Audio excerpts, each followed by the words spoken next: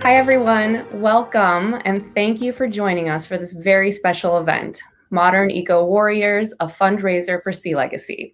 I'm Brooke McDonald, and I'm the National Digital Content Director for Make It Better Media Group. We are honored to have four of the world's great conservationists with us today: Cristina Mittermeier, Paul Nicklin, Donna LaPietra, and Bill Kurtis. They come from four different backgrounds with varying roadmaps to their success and to their commitment to conservation. But today, they all share the same passion for the environment, deep concern about the threats it faces, but also cautious optimism that turning the tide in the right direction on climate change and ocean conservation isn't an impossible dream. Cristina Mittermeier and Paul Nicklin are the world's leading ocean conservationists, acclaimed National Geographic wildlife photographers, and co-founders of the nonprofit SeaLegacy, which harnesses visual storytelling to inspire millions of people to work to save our oceans and other areas threatened by climate change. Through SeaLegacy, Cristina and Paul have created a global network of renowned photographers, filmmakers, and storytellers whose powerful media sparks conservation, instills hope, and inspires action. Not only are Cristina and Paul groundbreaking photographers, they are also scientists. They've traveled the globe to some of the most remote places on the planet, visually capturing its breathtaking beauty, but also the heartbreaking consequences of climate change. Determined to do something, they founded SeaLegacy and now have behind them the mobilizing force of a combined social media following of more than 15 million and counting. Paul, Christina, and the rest of the SeaLegacy team are committed to not only sharing their stories, but amplifying the stories and messages of other organizations that share their mission to save our planet before it's too late. Today, we'll begin with a presentation from Cristina and Paul, and then Donna and Bill will join them for a fireside discussion. And now I'll turn it over to Cristina and to Paul, who joins us on a very special day, his birthday. Happy birthday, Paul. Thank you so much for sharing your day with us, and thank you both for being here. Thank you for having us. We're both very grateful for the opportunity and can't think of a better way to spend my birthday, so thank you. It is truly an honor to be here today, and we are so grateful for this opportunity. Thankful for the chance to make this a fundraiser for SeaLegacy and for the work that we do on behalf of the oceans, on behalf of all the people who follow us, who are inspired and hopeful, and more importantly, on behalf of the creatures that live in the sea. We're going to spend the next 20 minutes or so telling you a little bit about the history of SeaLegacy, what it is all about, and how you can be a part of it. So please save your questions for after the presentation, and we'll talk to you with your questions and answers in about 20 minutes. The images and stories that we're going to share with you over the next 20 minutes have been primarily taken on assignment for National Geographic over the past 20 years, and more recently, they've been taken while on assignment for our nonprofit SeaLegacy, and we're going to tell you a little more about that later. I think every story has a beginning, and it's not like Christina and I just woke up one day and said, hey, let's start a nonprofit. This is through an evolution. We have arrived here at a point in time through a long process on a journey, an evolution, and we both have our own separate journeys, but they're actually quite similar.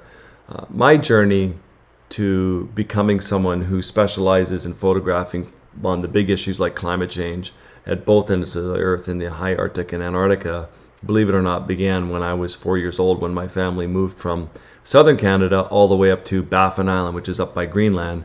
There we were one of 4 non-Inuit families living among the 190 Inuit people. Literally the ice and the snow were my sandbox. We never had a television, we never had a telephone, we never radio.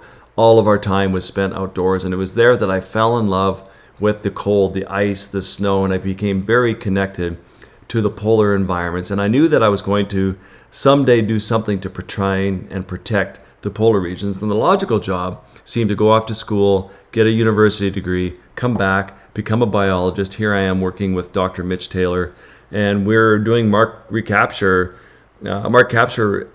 estimates of polar bear populations all across the Arctic. We got to work on grizzly bears, caribou, wolverine, wolves. The work was incredible. I loved the science, and the science was important, but I realized at the end of the day we weren't affecting change. How do we affect change? And the logical thing for me I began to realize that if I could just bridge the gap between this important scientific work and a global population of concerned citizens, I needed to become a journalist. If I could just get a job with a magazine such as National Geographic, now I could be out there translating this important research. And how do you get into National Geographic? Well, all of the greatest photographers in the world already work for National Geographic. And I thought the one way that I can get noticed, I can get in the door, is the one skill that I have that's probably better than most people is I'm really good at being frozen. I'm really good at being cold and miserable. So I started to take my camera under the ice to explore this world and try and connect the world to this changing environment. And this was in the late 90s, early 2000s, that I finally was able to get into the doors of National Geographic. And right away, they started to give me the assignments on climate change, as we were just starting to discuss it and talk about it, to learn about animals like polar bears that are marine mammals that can swim for 100 miles or more in the open ocean. But really, without sea ice, these animals are going to starve to death. To look at populations of narwhals, that they too require sea ice in order to survive. And of course, populations of Inuit hunters all across the Arctic that depend on ice as a highway for their dogs to travel and to get food for their families. I got to shoot some cool assignments in Antarctica as well, and maybe you've seen my TED Talk on this leopard seal, this big dominant female leopard seal that force-fed me penguins for 4 days straight, and finding different ways to engage audiences into the stories of climate change. Like Paul, I'm a marine biologist, and I too was really concerned that the science was somehow not getting the urgency of the message to the masses. So I wanted to become a photographer. I wanted to do some work to make the planet a better place, but by circumstances of life, I ended up working for Conservation International, and I spent 20 years working and photographing to tell the story of indigenous communities all around the world and their relationship to nature. And it was a fascinating line of work, because when you work with indigenous people, you realize that they have every ability to scratch a living from Mother Earth, and they are the last people on this planet that are truly connected to the operating system of planet Earth. So very much like Paul, I started in science and realized very quickly that even though we focus so much of our effort and our funding on science, most people do not connect emotionally to scientific information, to data. I understood early on that photography is a much better way of opening a door that is wide enough for everybody to come into the most important conversation of our lives. All the work we do is a cross-section of art, science, and conservation. It has to be beautiful. It has to be something that you can stare at forever, whether it's in a magazine and you find it arresting, or something that you could be hanging on your wall. For example, this is a really large fine art print that's very beautiful to look at, with the storm clouds and the waterfalls coming off the ice. But then the science is to realize that this is only 500 miles from the North Pole, in the very northern tip of Svalbard, Norway, and to think that it's 65 degrees Fahrenheit and water is gushing off this ice cap. And you think that if we react, and the conservationists, if we act and change our ways, once all the ice in Greenland and Norway and Antarctica has melted, then sea levels will have risen by over 160 feet. So the science just beats you over the head, but it doesn't make that emotional connection. And to look at a graph like this is something that I've been trying to convey through pictures for a long time. When I was working with the scientists in Antarctica on the ice caps, and you think that they're drilling down miles deep into the ice, and they're pulling out ice cores that are allowing them to collect this data, 800,000 years of data looking at carbon dioxide levels in the atmosphere over 800,000 years. And sure, climate change is cyclical. Sure, it gets colder. Sure, it gets warmer. Sure, you get more carbon in the atmosphere and less. And look at it at the beginning of the Industrial Revolution, at the very far right of that hockey stick, where it starts to go off. For over 800,000 years, we never had more than 300 parts per million of carbon dioxide in the atmosphere. And then all of a sudden, boom, in the 1900s, it goes off the charts. Now we're well over 400 parts per million, and it's just getting worse. So when you talk about floods, fires, permafrost melting and methane released and the breaking up of the ice caps and icebergs. And it's this is what's happening. And this is the biggest threat we'll ever face as a species. And this is why we talk about how urgent it is that we act now. When I look at a picture like this is a powerful climate change picture for me. Again, using that model of art, science, and conservation. A polar bear looking in my cabin window. It's kind of fun. It's kind of cute. It's kind of interesting. It's engaging. Does really well on social media. Gets the conversation started. But polar bears should be out on the sea ice hunting and looking for seals. They shouldn't be approaching humans in cabins looking for food. It was this moment here in 2014 that punched me in the gut. This is when Christina and I had been working with National Geographic for a long time together, doing incredible assignments on conservation. But National Geographic was an amazing experience to be able to photograph for them. Sometimes an assignment would take 2 years. And after 2 years, your assignment would be in the magazine. You'd be super proud. Maybe you'd make a difference. And by then, you're already working on the next assignment and the next assignment. And it was at this moment that we started to grow our social media following. And this is where Christina and I said, you know what, we need to, in conjunction with working for National Geographic as a nonprofit, we still, as working with National Geographic, we need to start a nonprofit. Let's call it SeaLegacy. Let's get out there. Let's grow our following. Let's try and engage an audience. We need to do everything we can. But when I was looking at this 3-year-old starved polar bear, and right beside it was its sibling that also had starved. And this is in 500 miles from the North Pole, which should be covered in sea ice, and there's no ice to be found. The urgency punched me in the face, and I said, Christina, and she agreed with all her experience. And there's no role model of somebody who I look up more to in the conservation space than Christina, somebody who has been doing this work already most of her life, using the power of visual storytelling to connect audiences to driving change. And here we had a formula that we were going to go off and test. So I remember exactly the moment when Paul told me, we needed to start a nonprofit. And I kind of knew that it was going to be an uphill battle. I knew that it was going to be a lot of work. But I also knew that photographs and visuals have a way of capturing the public's imagination. And they also have a way of making it into the news. And so we started SeaLegacy from the basement of our home here in Vancouver Island. And the only thing that we had was our, newly minted Instagram accounts. And we started posting. We started posting pictures of the animals that we were encountering in the field. And we started telling stories, but in a very different way than we did at National Geographic. Our stories really had to do with our personal connection to these animals, to the emotions that you feel when you encounter these creatures in the wild, to very human feelings and emotions. What does it feel like to get in the water with a crocodile?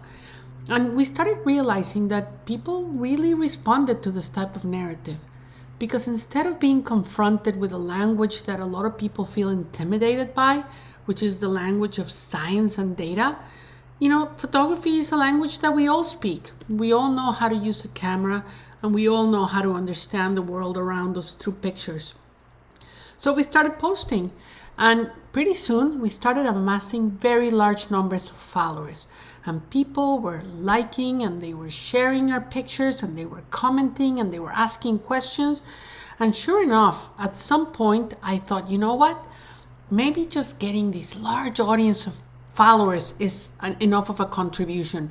If we can point these followers towards these important stories and educate them, raise awareness, maybe that's all we need to do. And to tell you the truth, for the past 15 years, Paul and I have had the most amazing front row seat into the most majestic spectacle on our planet, and that is our world's oceans. And so at some point, it was like a scene out of Forrest Gump when he starts running across the country and he looks behind and there's millions of people following him. That's pretty much how it felt like for us. Because of our connection with National Geographic, they had already grown to something like 50 or 60 million followers. And I could put up a post on their feed. I'm like, if you want to learn more about climate change and its effects on narwhals, go to my feed or Christina's feed. And before you know it, that we had, between Christina, myself, and SeaLegacy, we were up to 15 million followers. We were up there with the most followers of any photographers in the world. And, that's up there with celebrity status. You think celebrities like that are taking on, they're winning awards and they're looking beautiful and they're selling Gucci bags. All of a sudden you have a bunch of conservation, wildlife, nature photographers talking about our ailing planet, the beauty of our planet, and also the threats. And now, because of National Geographic at that time, we had access to 150 million social followers. And we were also figuring out a formula of what was working. We could use beautiful, poetic images of cute baby penguins, happy feet, sitting there on the ice in Antarctica. That got, by itself, 50,000 comments on the National Geographic feed. It had over a million likes. And then I remember the day when Paul phoned me from the Arctic because he had found this incredible, heart-wrenching scene of a starving polar bear. And that's when Christina said, you know what, we were just young as an organization. It was 2017, and Christina brought the team from our home on Vancouver Island. I was already up in the Arctic working as this bear was lying on the tundra, and it was an incredibly gut-wrenching situation. As a biologist, after traveling hundreds of thousands of kilometers by snowmobile and helicopter, we only found a couple of bears that had died for whatever cause. And to see this moment frozen in time of a polar bear on the tundra, and to see him move, I knew Christina had to fly back up with all of my big filming equipment, the SeaLegacy film crew, and we had to document this moment. I did not want this moment and this bear to go in vain. So this is a very hard to watch. Many of you have already seen it, I'm sure, but it's about a 30-second video of what we filmed that day on the tundra back in the fall of 2017.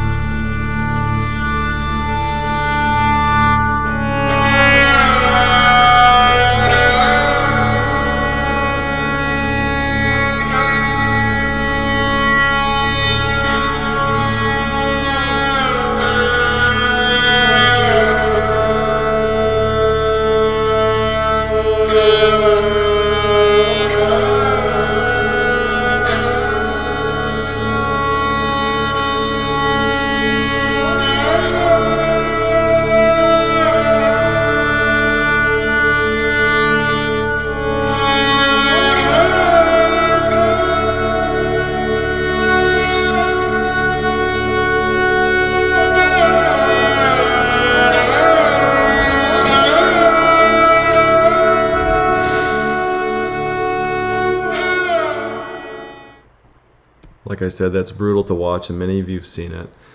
But we were shocked by the response, to grow this following based on beautiful, interesting imagery, but then to, again, punch people in the gut with this powerful video that it got over 2 billion impressions.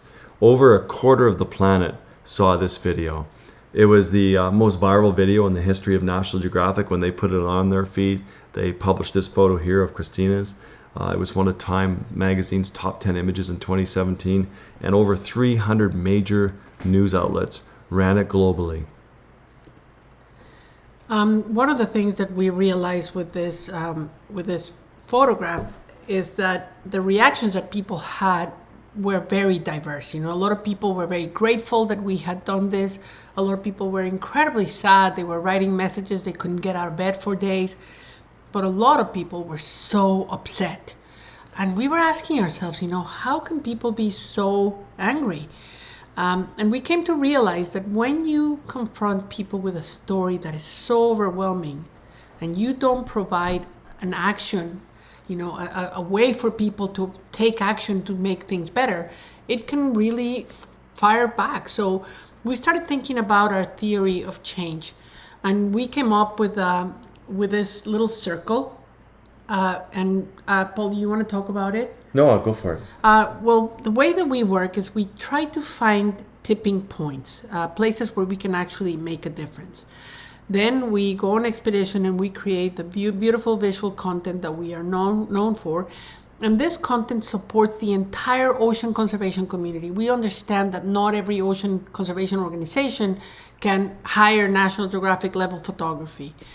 After we take those photographs and those videos, we amplify the work of hundreds of other organizations. I think to date we have close to 70 organizations that we're supporting in this way. We then use the work to raise funds. to build a little arc of funding that we pass on to community-led conservation efforts in the front lines. And we use the power of our followers, most importantly, to accelerate solutions and policy change. Pointing the attention of 15 million people towards an issue can be so incredibly powerful, and we have the victories to show the power of this.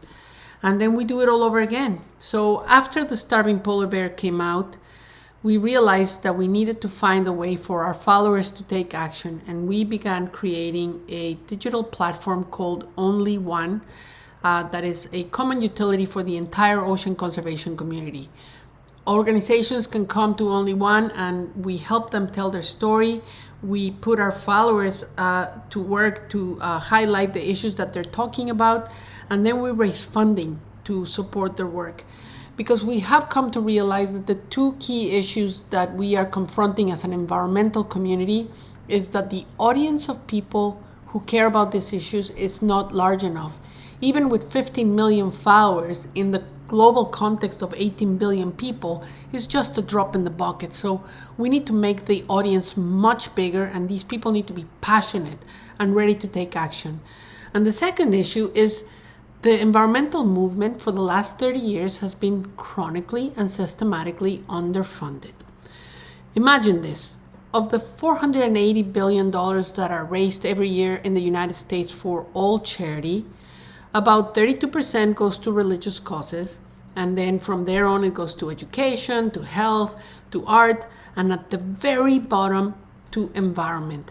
And environment is a big bucket that includes all of climate change, all of biodiversity, all the forest fires, every issue that deals with environmental causes, plus dogs, cats, and horses. And just a tiny fraction of it deals with the oceans, which are our largest and most defining ecosystem on this planet. So SDG 14, the Sustainable Development Goal that deals with the oceans, is the most underfunded. That's why we started this community called The Tide. This is a global digital community of people that support us every month. They are investing in solutions that we highlight for them, and we almost have 7,000 people donating monthly now. That is about $1.5 million a year that we reinvest in ocean conservation projects in the front lines. For example, last month we gave money to the Turtle Conservancy in Panama, and the month before that we gave money to the Cat Island Research Institute. As we're traveling around the globe, we are funding the underfunded projects, the things that nobody else wants to put money into, because it's important to tell the story of how we make an impact on the ground. It's really cool that we really are on the front lines by having our own boat, the SeaLegacy one, a 62-foot aluminum catamaran that with a carbon footprint of almost zero, we can be traveling around the world meeting the small organizations that are, ma and pa operations, 2 or 3 or 4 people, severely underfunded, as Christina said, and we can meet them and help, not just give them money, but we can amplify their work. Imagine we've met issues where people have been working on big conservation issues for 30 years, and we can sit there and we can ignite energy into their small issues, and we can put them in front of the International Court of Public Opinion and have a big conservation win, just as we did with the death nets off the coast of California. And it just feels really, really good. And we're just starting to grow this. We're just starting to get moving, and we could not be more excited that this formula is working. The most important thing that this does is it inspires people, especially the young people that follow us. They need to know, they need to see their money and their actions in action. And they need to know that we can win these victories. And so we have to tell them how the story ends. We're just getting started. We love what we're doing. We plan to take the SeaLegacy one around the world. Right now, the SeaLegacy one is in Panama, and we're going to take it across the canal in the fall. And we would love to tell you more. So I hope you have a lot of questions in the Q&A, and we look forward to answering. Thank you very much.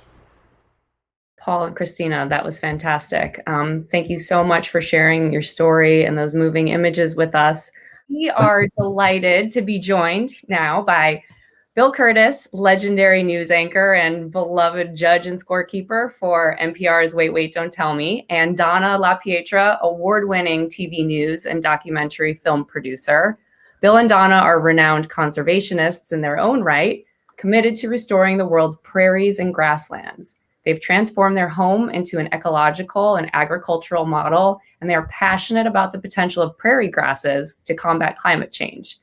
They are two of Chicago's most devoted philanthropists, and Bill and Donna are active on the boards of numerous civic organizations like the Shedd Aquarium, Chicago Botanic Garden, Field Museum, and Millennium Park, and they support prairie tours and lectures through their Kurtis Conservation Foundation. We are so excited to have them here.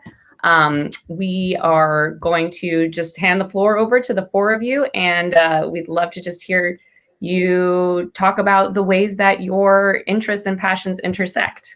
I must say that we have a lot of things in common. First of all, we are a couple, as you are, that have worked together for a very long time with a great belief in visual storytelling through our documentary and television work, certainly, and a great commitment, a long-time commitment, as you both have had, to the world, basically, and seeing things in the world very early on, thinking somehow these were all problems outside of us in America.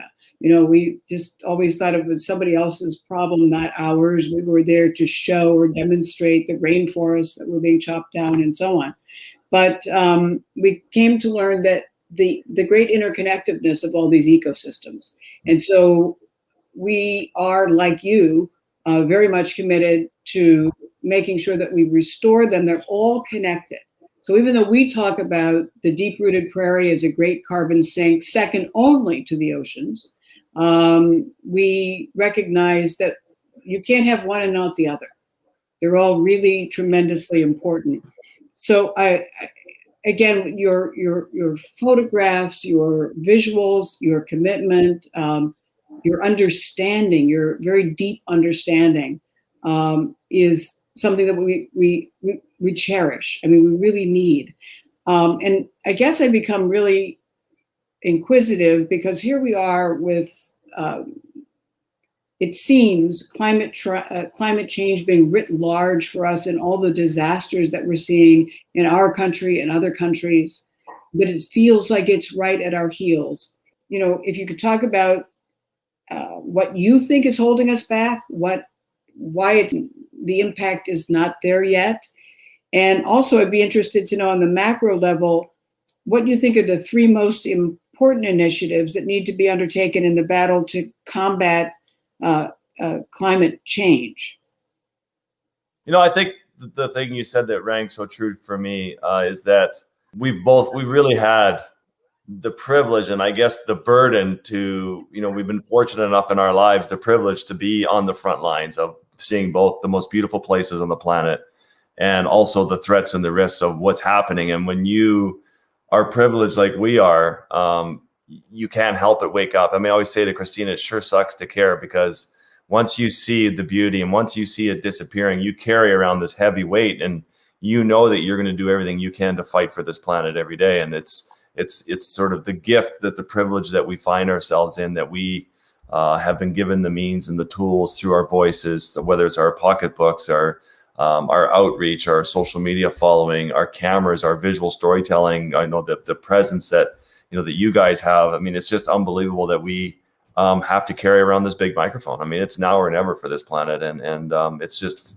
backing up a little bit. It's a real privilege to have this brief time with you guys here on the same screen, that we have jumped through these hurdles to be here on the same screen at the same time. And it is a generational thing, Donna.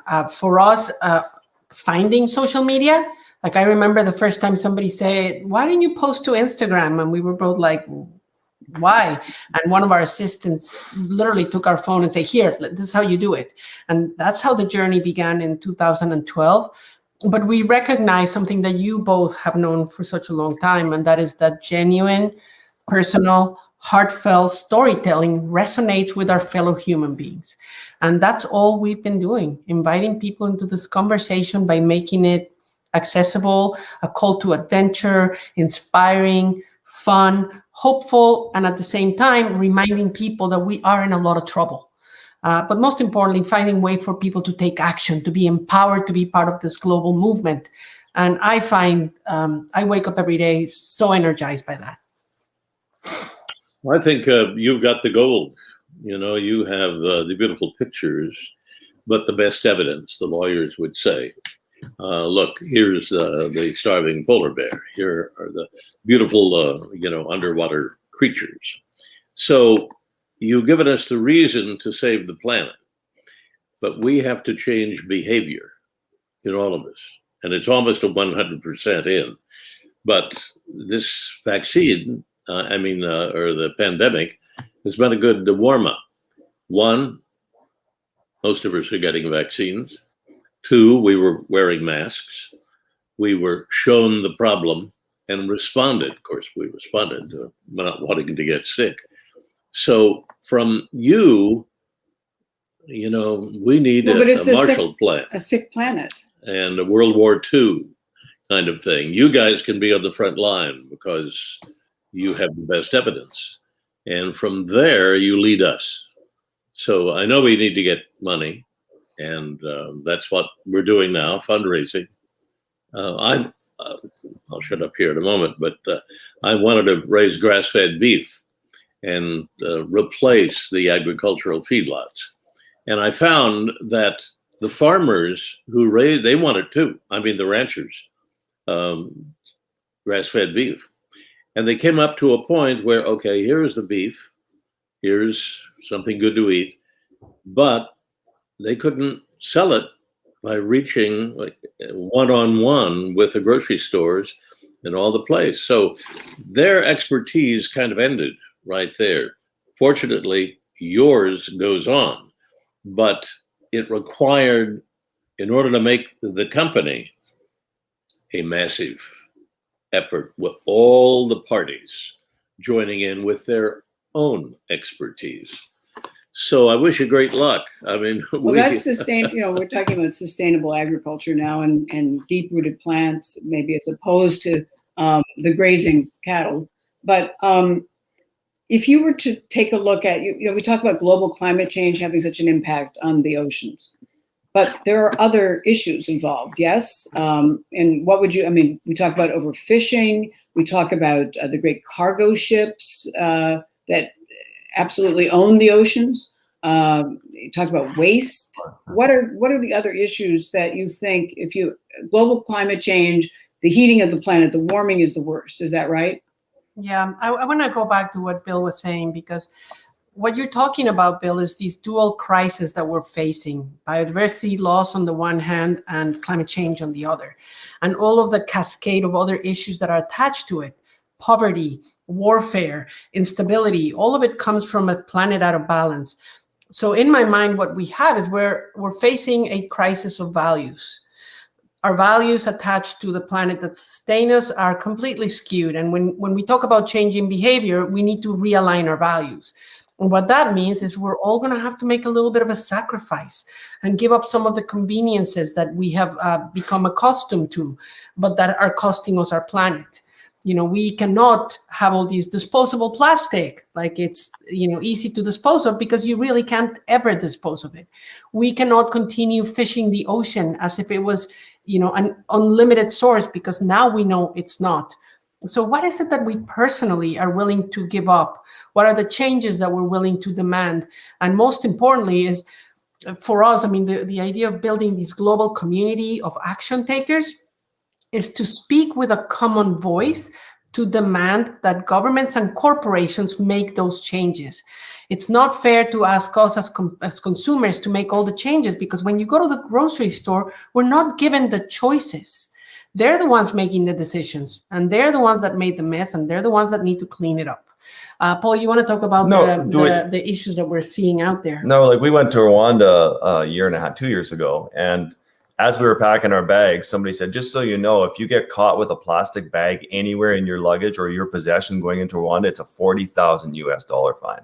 Yeah. And so here's a country that just went through a genocide, and we go there and we didn't know what to expect going to Rwanda. It's the cleanest, most organized, we're talking not a speck of garbage anywhere on the streets. It looked like it had all been manicured all the time. And at some point, you just have to make the laws, and you have to make the rules, and we have to enforce them. And civic pride, every third Saturday, the entire country goes out to pick up trash and clean up their country. And it shows. It's beautiful.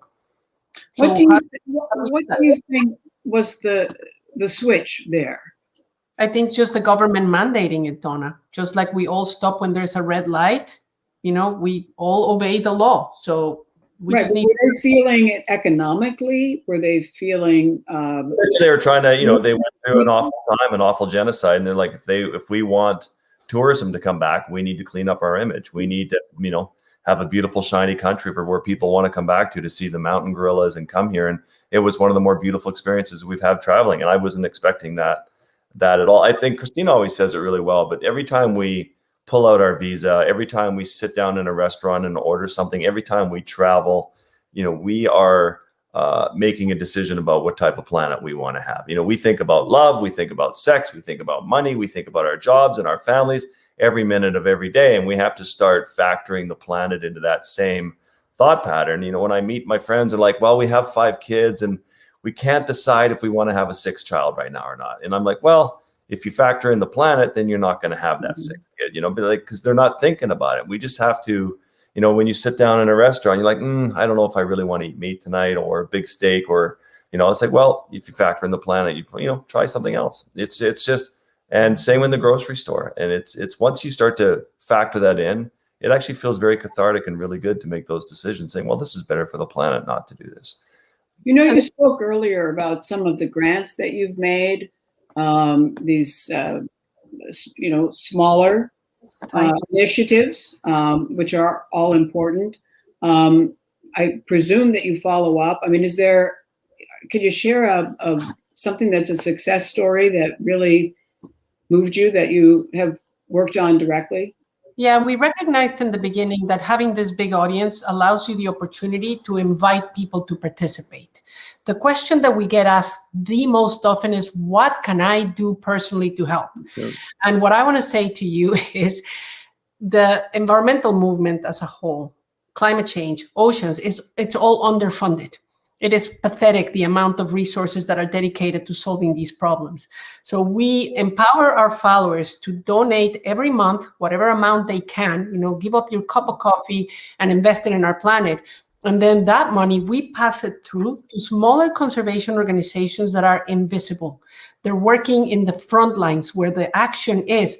And for them to raise money is almost impossible because they don't have the visibility. They don't have the resources to have the grant writer and the development department. And so what we do is we find these little groups that are making a true difference right there where the action is. And we give them grants. And these grants are given with the money from our followers to create change, to create inspiration, to keep the battle going, really. In the last 6 months, we have given grants to the Bahamas National Trust in their push to create more marine protected areas in the Bahamas. Actually, it costs a lot of money to have all these studies and to do all the work to create a marine protected area. To the Cat Island Research Institute. Their dream is to create a workforce of local Bahamians that are trained to monitor the resources of the Bahamas. They don't have the capacity, so we gave them a grant to get that process started. We have given grants to the Turtle Conservancy in Panama. Group of people, they're heroic. Every night they go out and patrol the beaches and they make sure that these turtles find their way back into the ocean. They don't even have beds in their house. They don't have water. They don't have electricity. So they're going to use their grant for solar panels. If that keeps them going, that's how they should use the money. We're giving money to Idea Relief. This is a small nonprofit in the Bahamas. Group of young people, they organize themselves and they're cleaning the debris that Hurricane Dorian dumped into the ocean. All of these efforts are inspiring. These are people creating change. But when you're a nonprofit organization, raising money is difficult. We have this idea that charity needs to be held to this high standard of how much overhead. And the reality is it's all underfunded. So here's my plea to all of you. If you want to sleep really well tonight, and if you want to feel better about yourselves, stop talking about how much you care about the planet and align your values to your wallet. How much is it to you? Don't donate to us, donate to every conservation group out there. Our planet is in trouble. We need every resource available to humanity.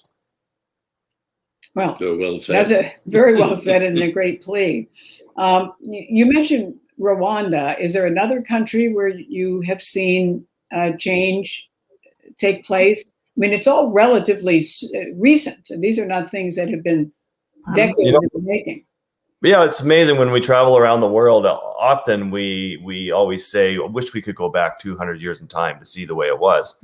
Well, after just working in the Bahamas for the past 9 months, diving every day, every time you jumped off the back of that boat, you knew you were going to see sharks. I mean, it's just incredible when a country declares its entire country a shark sanctuary. All sharks are protected. And you start to see sharks bring balance to an ecosystem, to see thriving coral reefs, to see 15-foot tiger sharks and the very endangered great hammerheads on all these dives that we're doing. And I think we saw 11 or 13 species of sharks in 9 months. Some dives we would have 150 sharks with us. And just to see that balance, and that's just because a country said we're going to protect it. Panama is Panama is amazing because Costa Rica somehow gets all the marketing for being a really green country. But even though every country that is member of the Convention on Biological Diversity has pledged to protect at least 30% of their resources, Costa Rica has only protected 2% of their ocean real estate. Tiny Panama next door has just reached 30% protection of their ocean and their coastline in what's known as highly and fully marine protected areas. So Panama is doing a much better job than Costa Rica, but Costa Rica has a better marketing department. So Panama is really inspiring because most of the government officials that we met are in their 20s. These are really young people, and they have the same passion that we have. And so they're making sure that they're pushing whoever is in the more senior positions in the Minister of the Environment, the presidential government, to protect and to use this protection to drive tourism and to highlight this country as a leader in conservation. I find that so inspiring. And once you start to poke around, you're thinking people like, oh, you're from Canada. You're so lucky. You guys protect everything. And I'm like, you have no idea. I mean, we are some of the biggest violators in the world. We have the Canada oil sands, dirtiest oil in the world. Our Canadian Prime Minister, who came in under a green platform, is forced Canadians to spend $7 billion in buying a pipeline to push it through from Alberta to BC, which will increase tanker traffic sevenfold. Where and the treatment of the Indigenous people in this country is atrocious, and something that we are very passionate about because we consider Indigenous people, not just here in Canada but around the world, to be real stewards of the resources and to have real knowledge that goes back millennia that we need to be tapping into now before the elders pass away and we lose all that knowledge. What I love about what we're doing is you think about the power of somebody like Greta Thunberg, who can stand up, and here she is leading millions of people to care about climate change and our planet.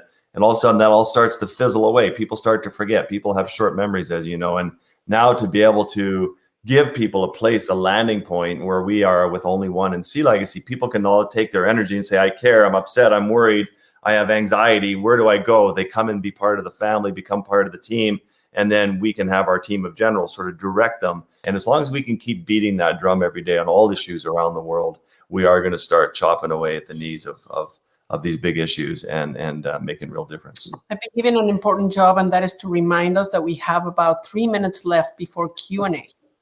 Oh, before. Okay. Well, then let me take it. Okay. Let me make a proposal. Let's go on an expedition. The expedition to country of your choice, where we can dive and do some unusual things where man has not gone before. And then let's coordinate the government and the media within that country to say this is a world-class, first of a kind, educational proposition. Lots of coverage. We hand it to the government to set aside that area and help them encourage ecotourism. That's what they get out of the whole project. So bring them in. Now, exactly that model has been successful for the Field Museum of Natural History in Chicago. We started 20 years ago. I was doing a documentary and just happened to be on the first SWOT or environmental inventory team that went down to Bolivia. 20 years later, they have been responsible for working with the governments who did the set aside of 35 million acres. Great. And I want to go back. We need to do that in the ocean, Bill, now. Yes. Although it doesn't have an ocean, you're right. Sure. So I'm being told now that we have to take questions now. But that's great. We accept. We accept. Let's go. We'll put a list together of places that would be amazing to go with you, Bill and Donna, and yeah, let's do this. Good, gotcha. Okay, thank you. Gosh, we could have listened to that conversation all day, but I think it will continue as we tackle some of these questions. Now, we're getting lots of questions coming in about, what can we do? How can I help? What small steps can each person take?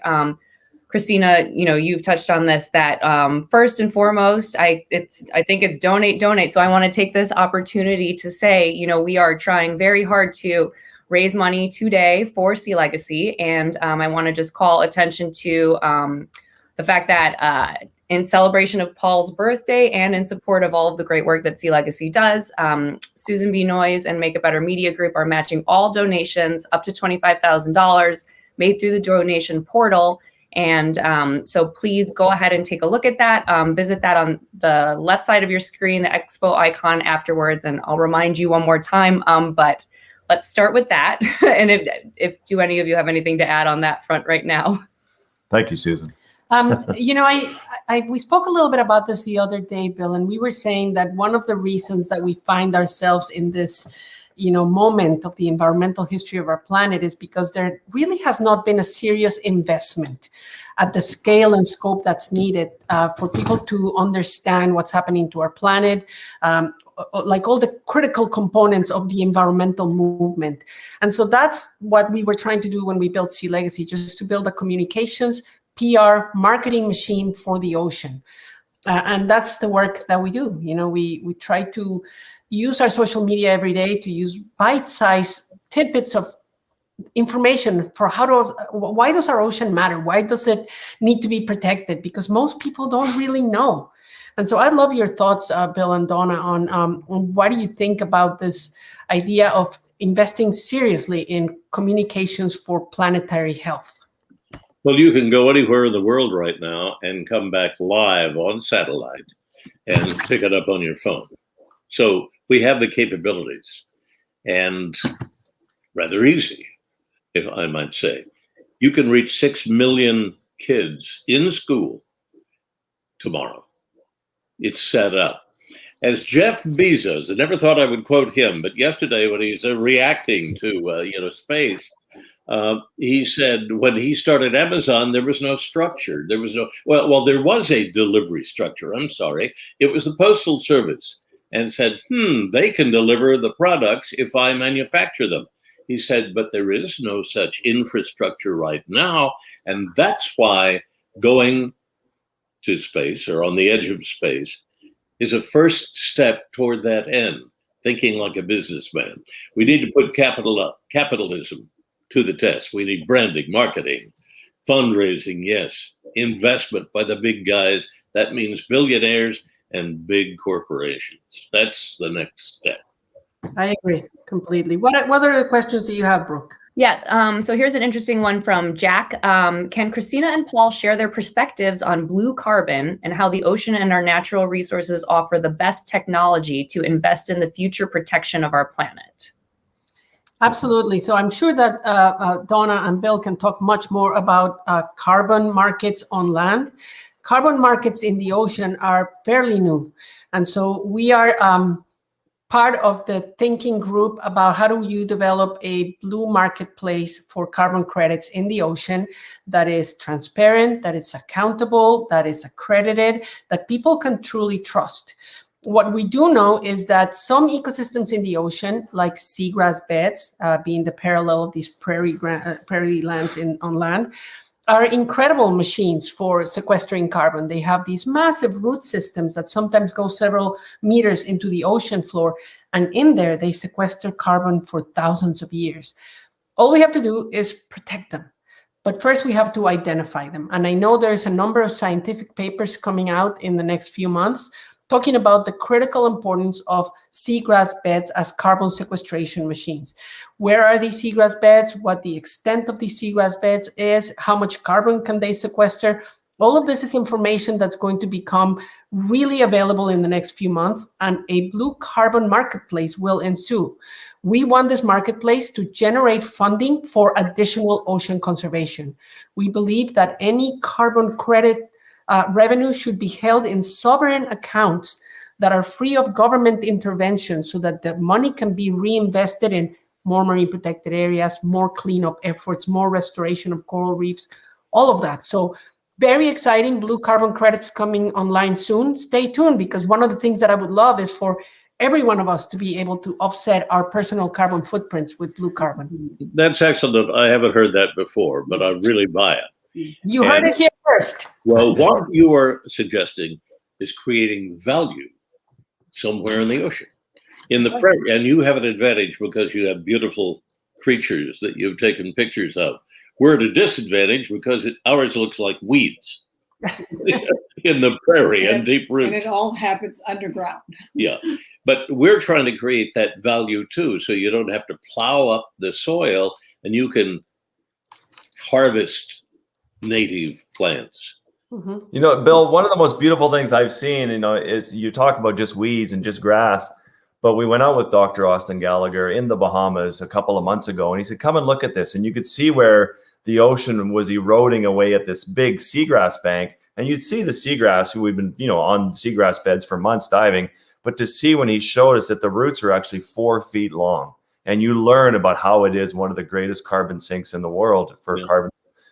For storing carbon. It's just powerful. And you see the power of the prairies and all the animals that live there. It's a nursery for all these animals. And it's, even though we're both biologists and we live in underwater, essentially, it's just hits you like a light bulb. Like, wow, this is really one of the great ecosystems of the planet. This is the Amazon. This is, the same with the prairies that you guys so desperately love. Elon Musk talking about new story.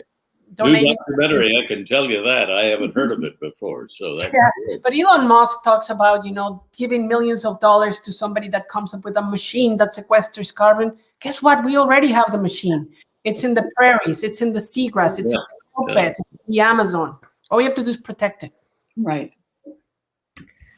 Okay, let's take another question. This comes from Kathy, who's on the board of a new small family foundation looking to invest in nonprofits taking action to protect the oceans. And she would like to know, how do you decide what the tipping point is for taking action on the projects you choose? How do you decide what underfunded projects deserve funding, and how do you evaluate that? It's a very good question. We use as our framework for decision-making a beautiful paper that came out a couple of years ago by Dr. Carlos Duarte from the University of Abu Dhabi. And the reason I love the paper is because it has a very hopeful title. It says, Rebuilding Marine Life in a Single Generation. And just like Martin Luther King didn't start his famous speech by telling us, I have a nightmare, Dr. Carlos Duarte also tells us what the dream is. And he says, if you do these, if we complete activities around these 6 wedges of action, we can actually restore health and abundance to the oceans. So those wedges are, we need to protect more of the ocean. So we need more marine protected areas that are highly and fully protected. We need to restore habitats that have been degraded, like mangroves, seagrass beds, coral reefs. We need to protect more species like sharks and whales and dolphins. We need to stop the flow of pollution into the ocean. And that's not just plastic, that's hydrocarbons, that's all of the fertilizers, everything that goes into the sea. Importantly, we have to rethink how do we source food from the ocean, and that is rethinking aquaculture, rethinking fishing. And the most important that I love the most is we have to recast the ocean as a solution to climate change. So as long as a story falls within one of those 6 wedges, as long as our partners are working to further any of those 6 wedges, we are interested in telling that story. As to which projects we fund, because I've been fundraising for 30 years.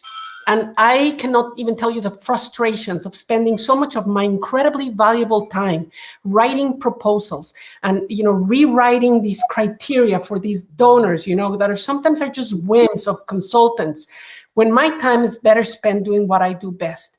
So when we see projects in the field And we see that, I talk to people and they say, well, we presented a grant, but they don't really fund capital stuff, so they can't buy us the car that we need to get to the beach. I'm like, well, that's short-sighted and stupid. We'll buy the car. So we are willing to fund the underfunded, the stuff that's invisible, the thing that is really needed for people to do the work that needs to happen. And I'll tell you why, because the money that we are re-granting comes from our small dollar donors, the $5, $10 donors that are 15 years old, 20 years old. They want to hear that story. They don't care about the criteria. They don't care about the overhead. They want to see action. And so that's the criteria that we use. And it's an inspiring story to tell. And the people that receive our money are grateful, and, they're in the fight. Thank you. So we've already said, donating is one big thing you can do, but lots of questions coming in about what can we do to push government on environmental issues beyond signing petitions and, I suppose, voting. I have one more thought, and I'm sorry to be of course monopolizing that. We are able to give away the money from our small dollar donors because we are supported in our operations by very sophisticated donors that understand that supporting salaries and rent and the stuff that's not so sexy is just as important. And so we have that available to us, which is great. People that understand the value of what we do and the cost that it entails. As to how do we move legislation, a lot of the inspiration behind SeaLegacy came to me during the Arab Spring, when a Twitter storm, toppled Mubarak in Egypt. And I thought, there's real power in social media when people come together.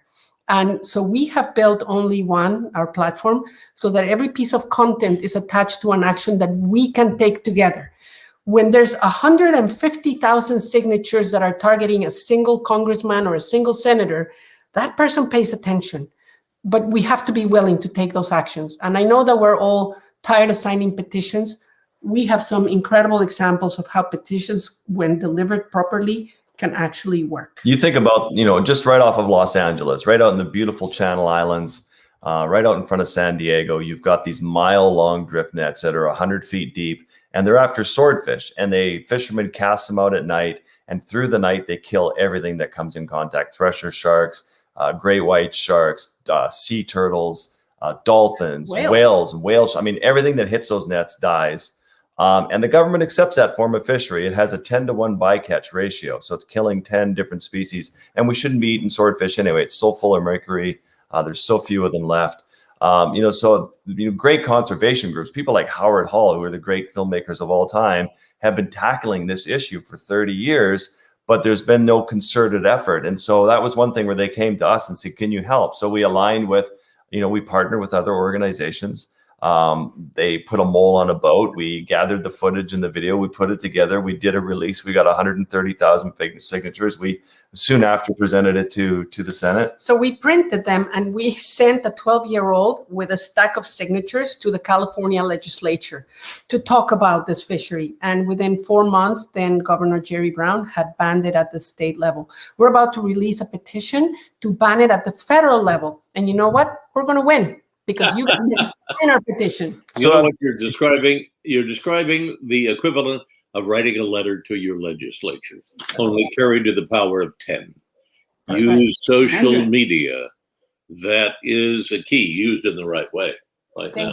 And the story, if we tell our followers that we won, how the story ends is really important. Your petition signing fatigue goes away when you start having those wins. We also won in Lofoten, Norway, where a big oil wanted to come in. It's the most beautiful spot on the planet where you have 1,200 orcas feeding on herring. They wanted to drill for oil there. Norway doesn't need any more money.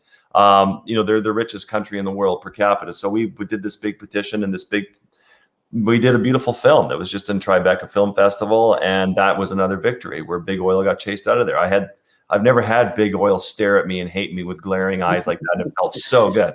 And that's because of your signatures. And last week, we presented a petition to ask the government of Costa Rica to relabel sharks, because believe it or not, Costa Rica labels sharks as an agricultural product so that they can be traded just like tomatoes.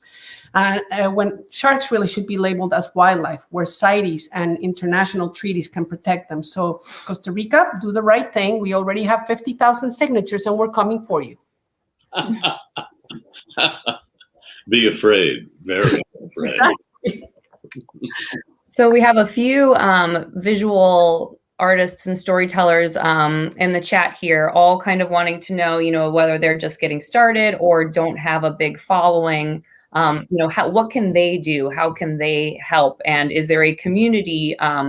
Is there a community of visual artists that work with SeaLegacy, or that is there what's the inroad for people like this?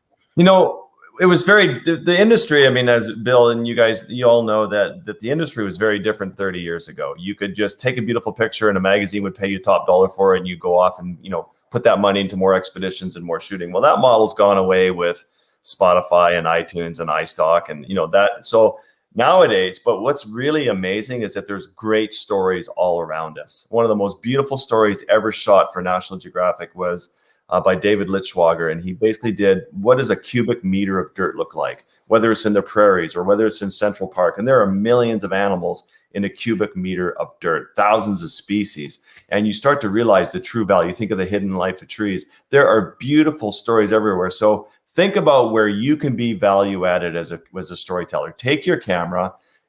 Often the best scientists, the scientists who are truly gifted as scientists, are the worst communicators. They are so developed in their left brain, they're so mathematical that they can't tell a story to save their lives.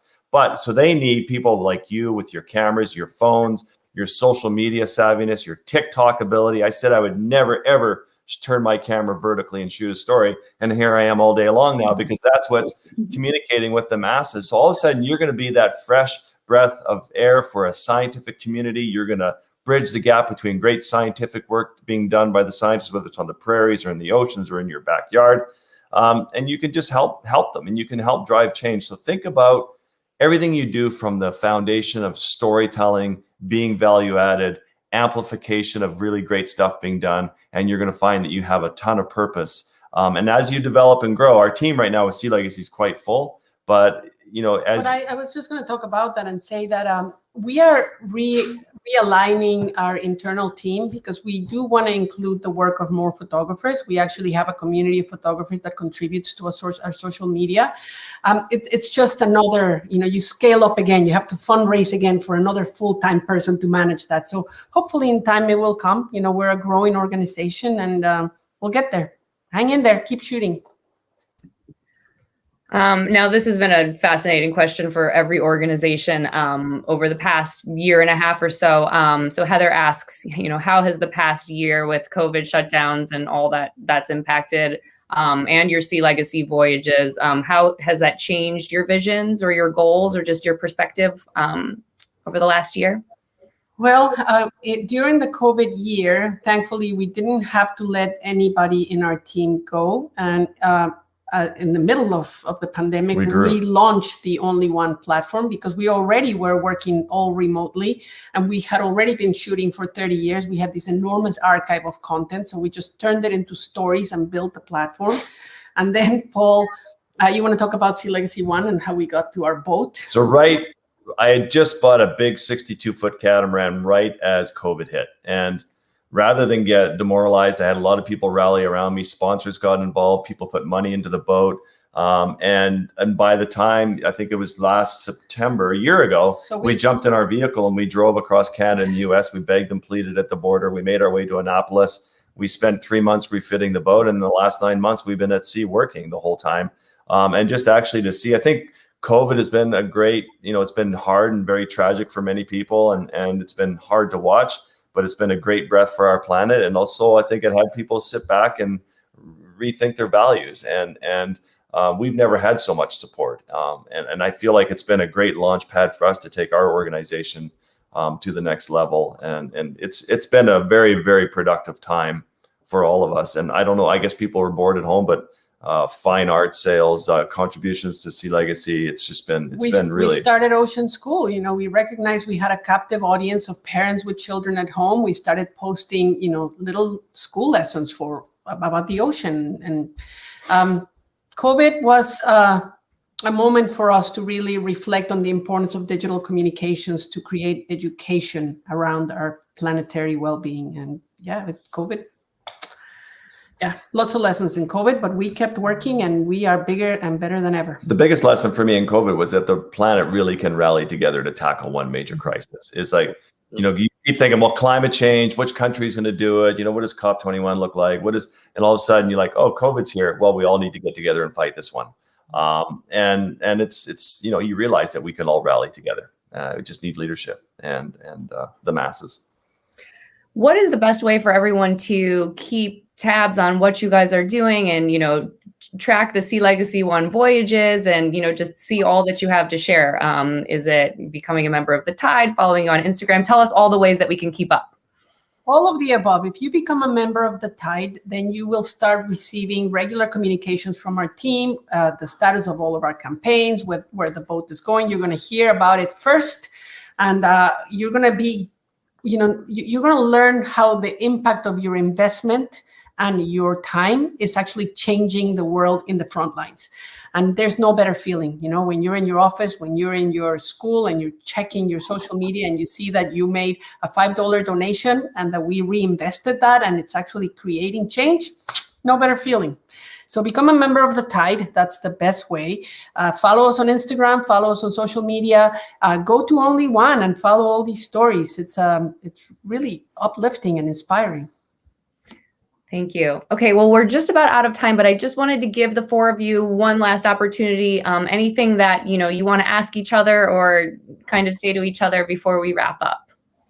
I have a question for you guys, Donna and Bill. You guys have been on the front lines of this stuff for, a long time. And do you see that the world is moving in a positive direction? Do you have hope?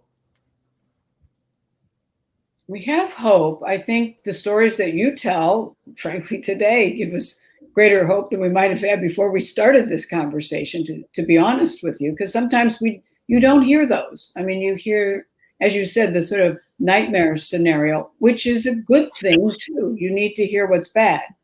But,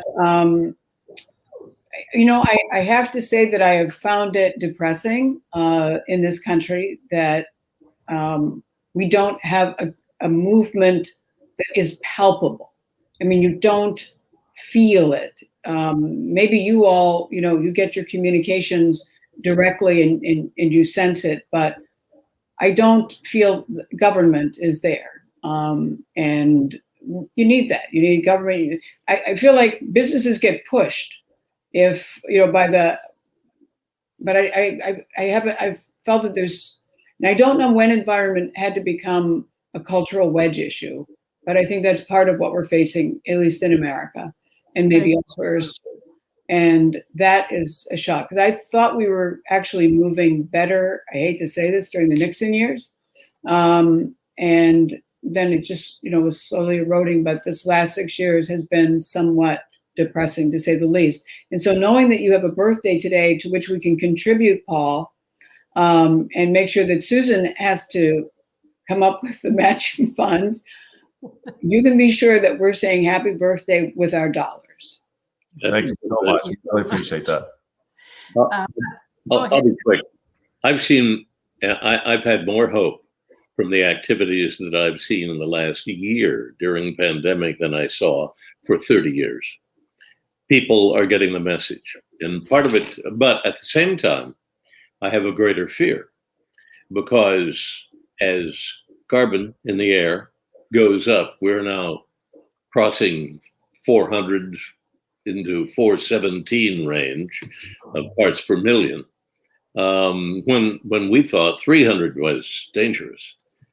And look at all the disasters around us. I feel like I'm running to keep ahead of the tide.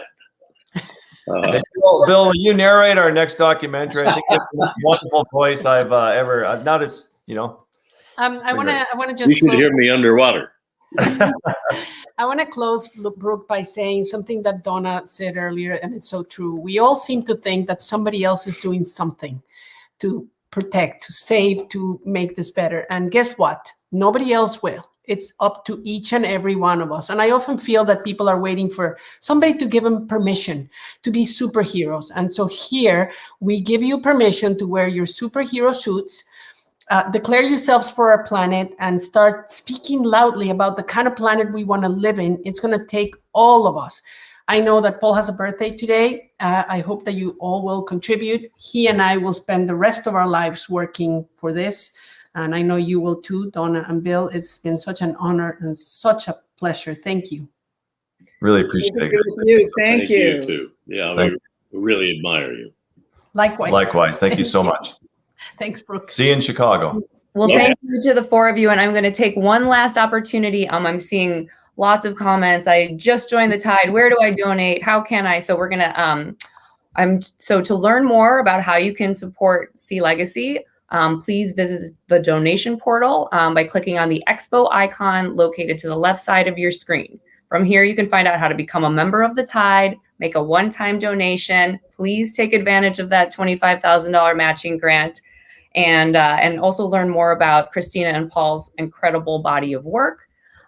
We will also be following up by email with a video link to this event, and so that you can share it with all of your friends and make sure if anybody missed it that you help us spread the word.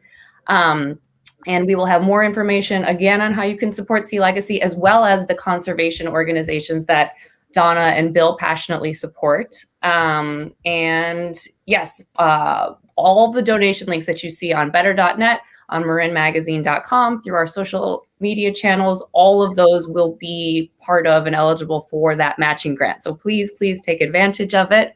And thank you to Donna and Bill and Paul and Christina. It's been such a pleasure, such an honor for all of us to have you here. And thank you, Brooke, for what you do. Thank you so much.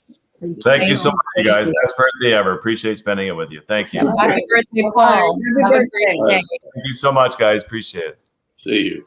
Bye-bye.